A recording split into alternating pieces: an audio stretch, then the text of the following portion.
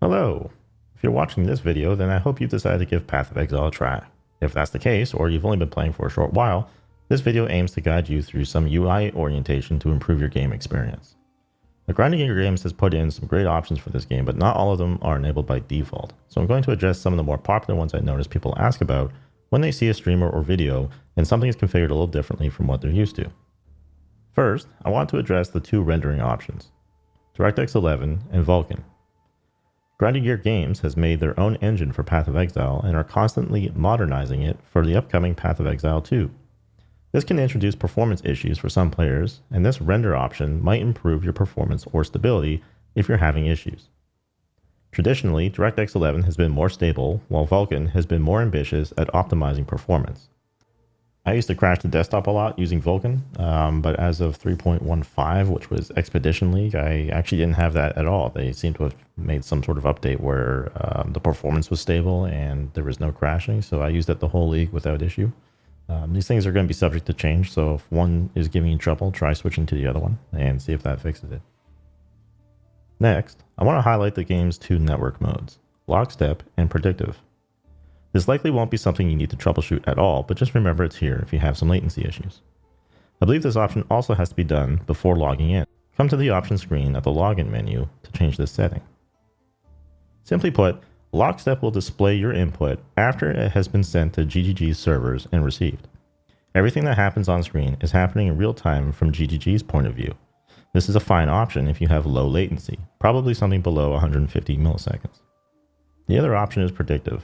With this setting, the game renders your input at the same time it is sent over the network. You may be a little out of sync with the authentication servers, but your gameplay will be smoothed out a little. This is a better option for high latency or inconsistent lag spikes. You can also set it to auto and the game will determine which to use based on your latency.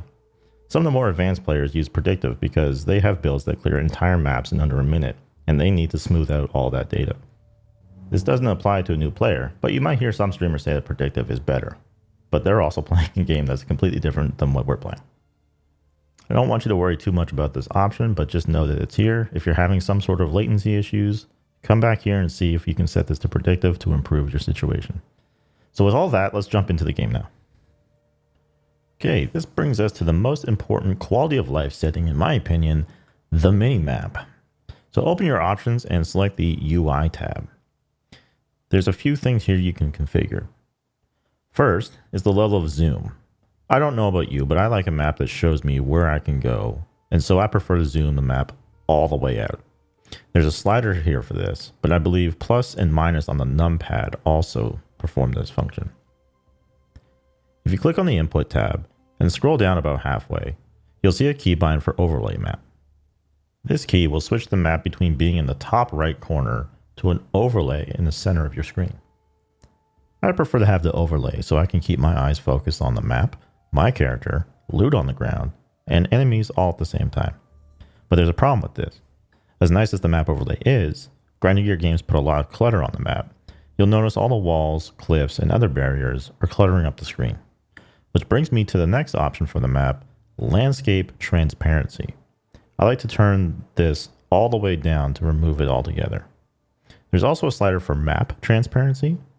If you feel strong outlines are too much, you can dial this back as well. I like to keep mine at a maximum just because very bright maps or bright spell effects can make the map overlay difficult to read sometimes. You can also pan your overlay with the arrow keys and reset the map to center with the overlay keybind. That's it for the map, but just under those settings in the UI tab is visual sensitivity. Here you can enable or disable screen shake effects. I know many people complain about this type of effect in games, and if it bothers you, here's where you can turn that off.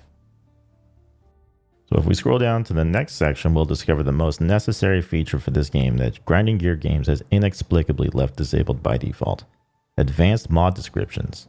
Turn this on, and pray to God you don't ever turn it off.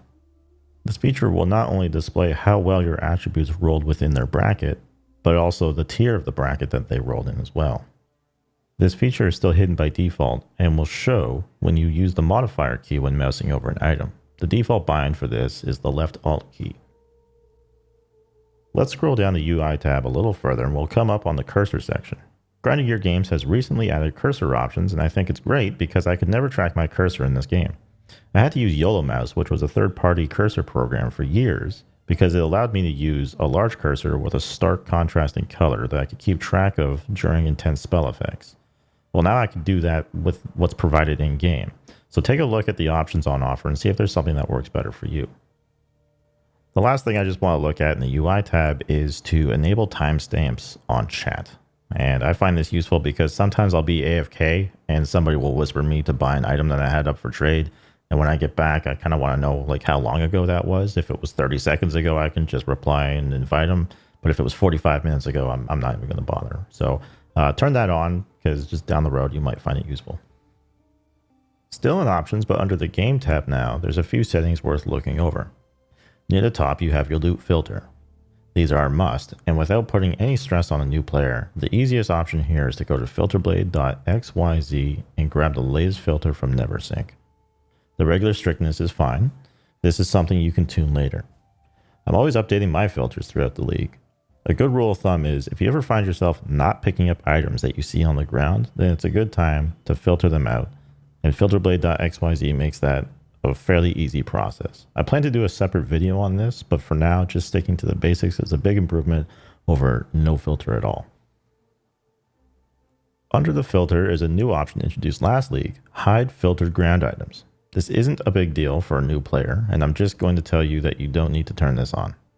Basically, items that your filter hide still drop and can be seen on the ground. With this option enabled, you won't see them drop and you won't see them on the ground. This was a performance option for players who have so much monster and item quantity in their maps that the whole ground was cluttered and rendered objects that didn't need to be there. Again, as a new player, don't worry about this, but know that it is there. Further down is auto equip.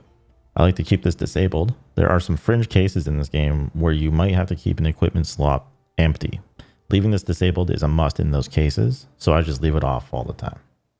Lastly, I feel it's important to discuss the option for default item allocation. These options are free-for-all, short allocation, and permanent allocation. This setting is for party play, and it is the setting of the group leader that determines which of the three options is used for the group. Items dropped under free-for-all can be looted by anyone in the party. Short allocation assigns loot to a specific player, but after a few seconds can be picked up by anyone. And permanent allocation assigns loot to a specific player and stays assigned to that player. I and most players prefer permanent allocation. It is the setting I recommend you select. Keep in mind that even with permanent allocation, if an item drops far enough off screen and away from all players, it often drops as free-for-all. Also, if you leave a map at any point, any loot that was assigned to you on the ground becomes free-for-all as well. And anything you've picked up and then drop onto the ground is also considered free-for-all.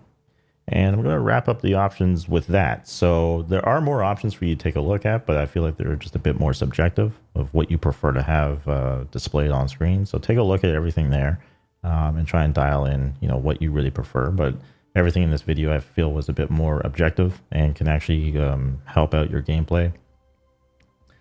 And GGG is always sneaking these things in, so a lot of players just don't even know that they were added over the course of time. Hopefully something in this video you found helpful, and I'll see you in the next one.